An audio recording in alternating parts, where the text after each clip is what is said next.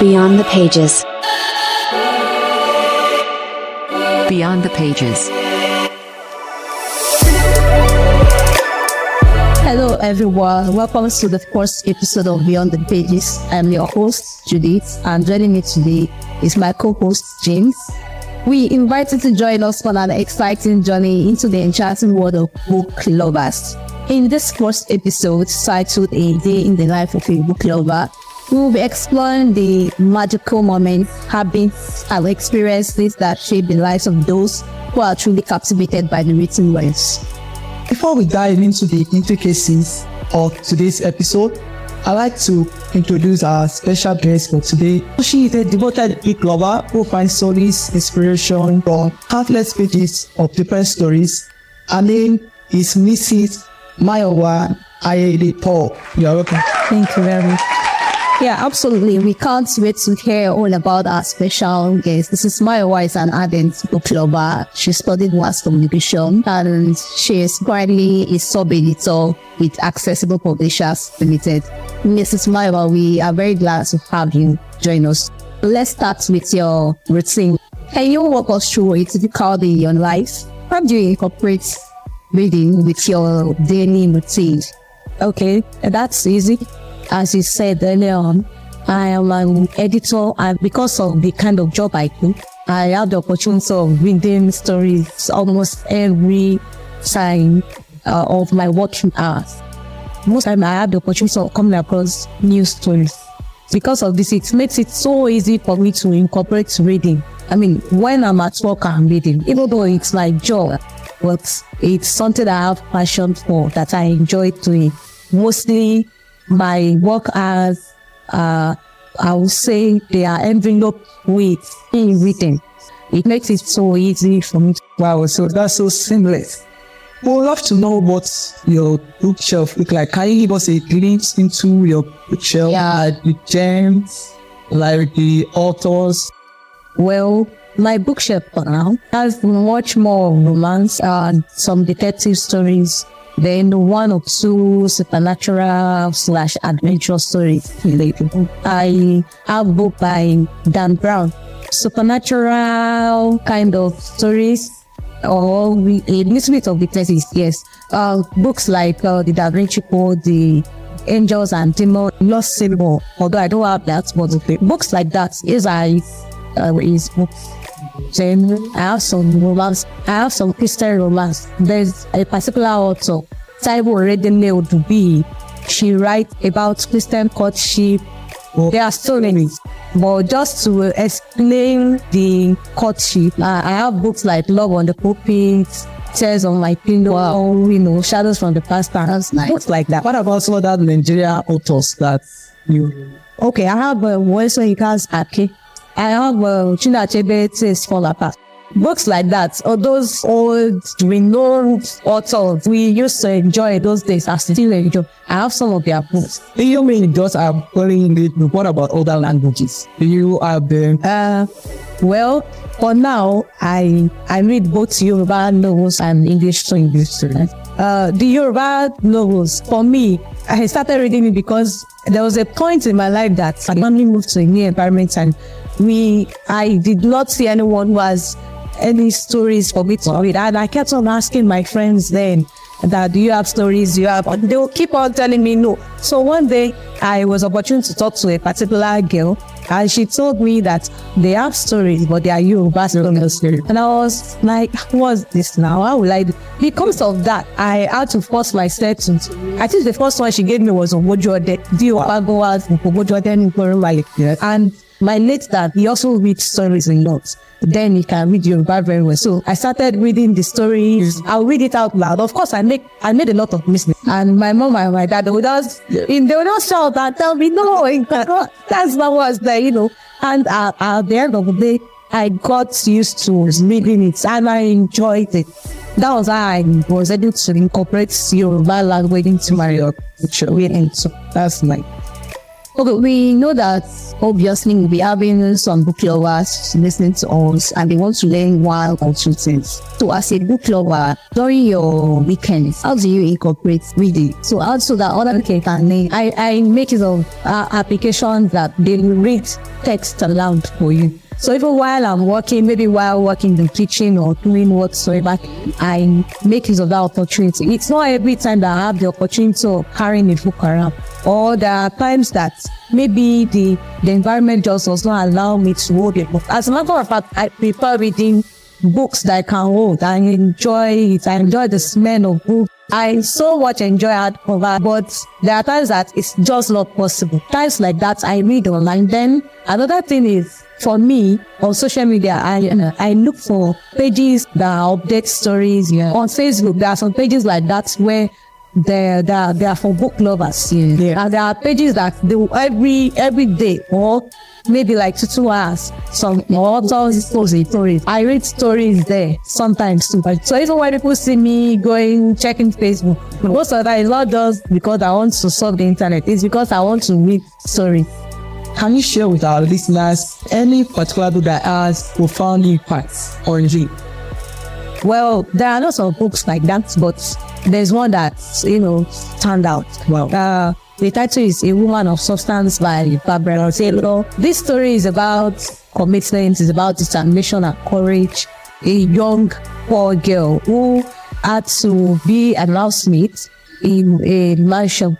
And even though the son of the owner of the house impregnated her and did not accept the pregnancy, she was casted out, but she still managed to turn her life around. She still struggled. At the end of the day, she became the owner of a big retail chain business. It touched me because it made me understand that there's nothing you cannot do, no matter the circumstance, no matter the situation you find yourself at the moment. I mean, these authors, they write stories based on their experiences, based on what people told them, based on what they can see.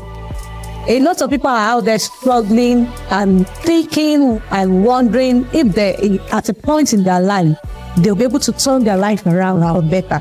I mean, stories like this are sources of inspiration. It makes you know that, yes, truthfully, it's possible. Yes, you can definitely do it. So that's why that book has a profound, impact on you. Yes.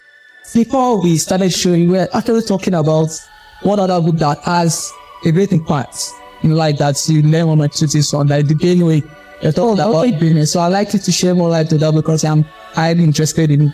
Oh, yes, the Benue. To make you understand the culture of the Benue people in Nigeria. This story is about a Benue guy who lived in the foreign country and married a British lady. Coming down to Nigeria, unfortunately for the lady, the culture there in the guy's hometown is that the brother of the husband also has access to her and sleep with her. In fact, should sleep with her. If he doesn't do that, the husband will die. That's their culture.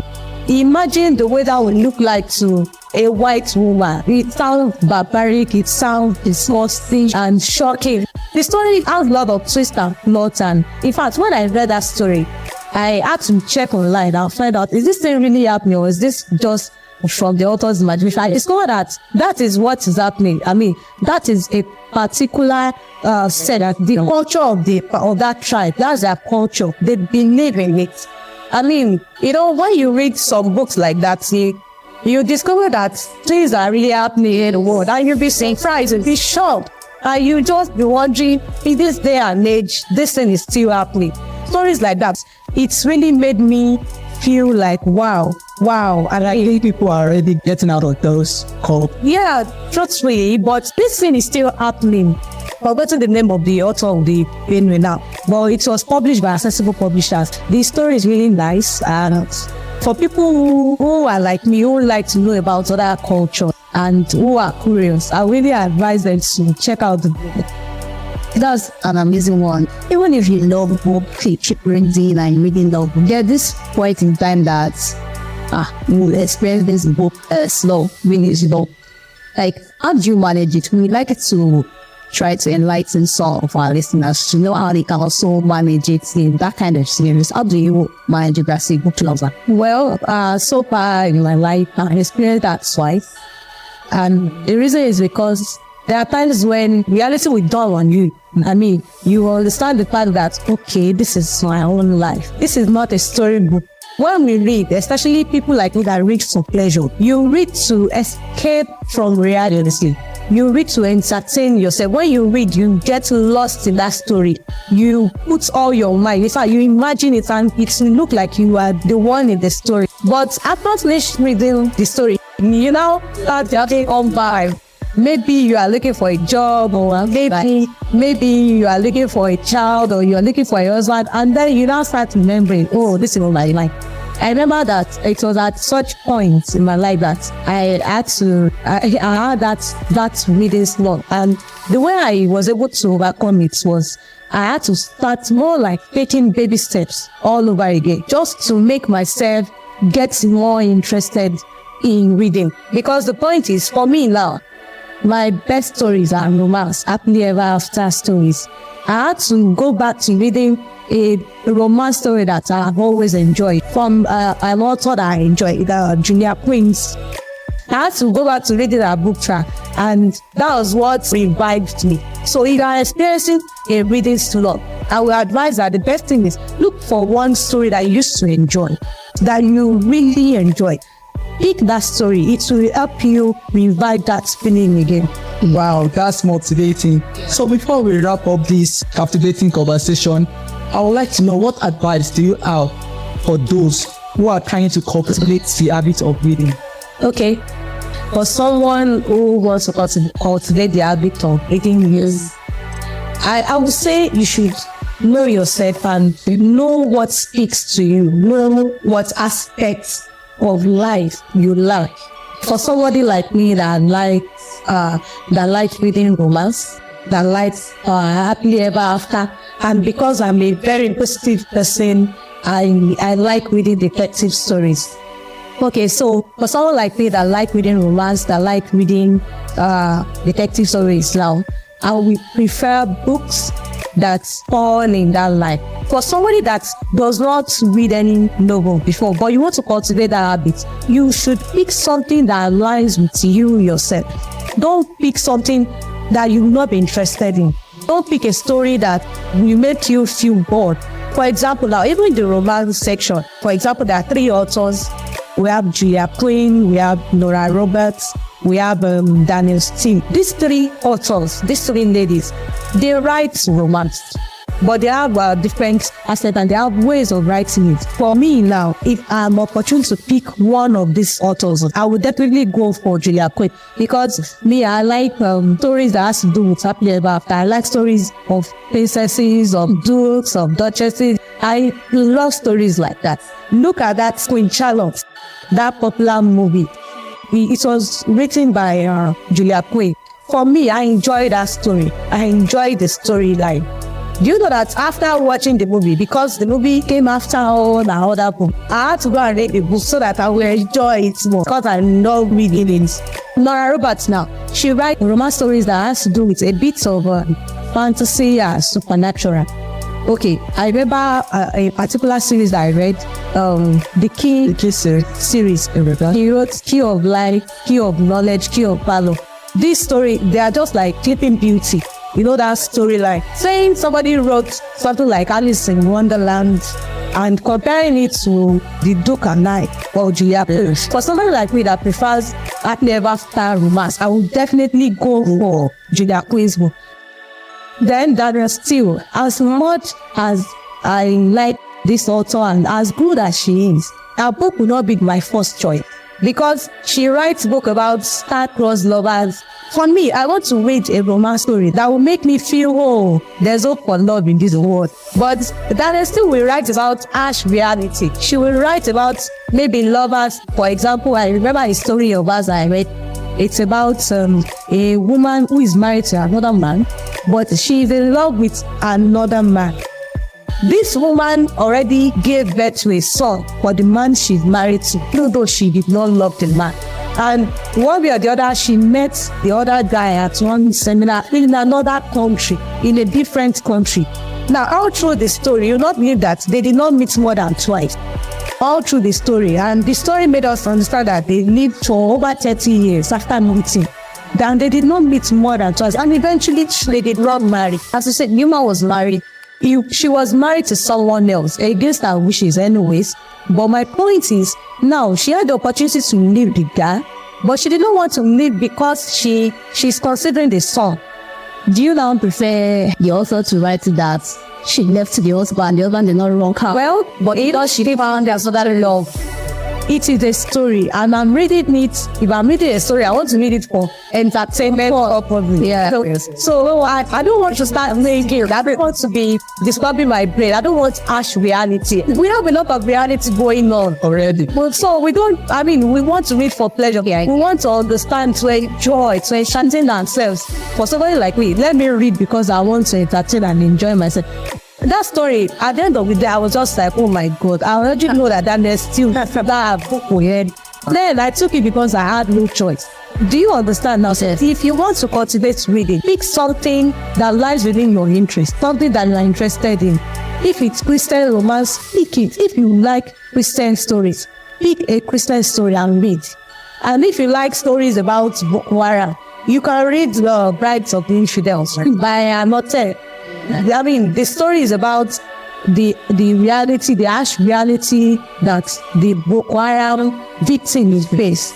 There are people who like stories like that. The story is actually a good read, but for somebody like me, it's not been my best book, but I enjoy reading it because it's made me understand, oh, this is what these people pass through. Thank you so much, Mrs. Mayowa, for having us and giving us this wonderful insights into what's a day in the life of a book lover, what it feels like. We are very grateful. We also want to say a very big thank you to all our listeners. I believe that we all learned one or two things. We all got one insight on the other because it was on another level. Follow us on our social media platform, Accessible Publishers Limited, on Instagram and Facebook. Then on Twitter, you can find us Accessible PM. Then we also would love you to check out our website, www.accessiblepublishers.com. Thank you.